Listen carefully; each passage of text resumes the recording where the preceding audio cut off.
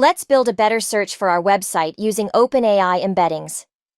In this end-to-end tutorial, we'll use a dataset imported from our Mongo database and create an embedding of the data for future search queries. Furthermore, we'll build a web server to listen to search queries and respond with search results by mapping the cosine similarity between the embedding vectors of the query and each document. So, let's get started. You can follow along with the tutorial and find all the code in the GitHub linked below.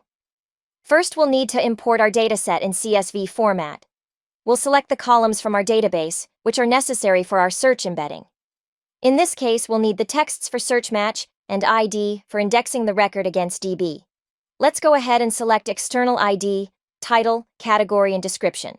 Now let's also go ahead and export the CSV with our selection as input.csv. Head over to platform.openai.com and get your API key.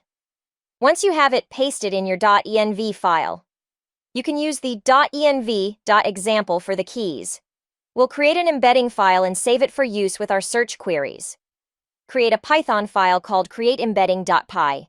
You can either define getEmbeddings function in the code or import it from OpenAI utils. Run the process in this file and wait for the embeddings to be generated.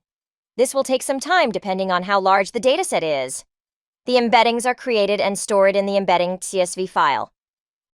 Now we'll go ahead and create a function to query the search term against the embeddings. We'll name this file searchembedding.py. We'll also start a web server in main.py, which responds to search queries, and import the search embedding function in it. Once done, we'll start the web server and run a search query from your web browser. That's it. You've now created AI-powered search for your website. Welcome to the future!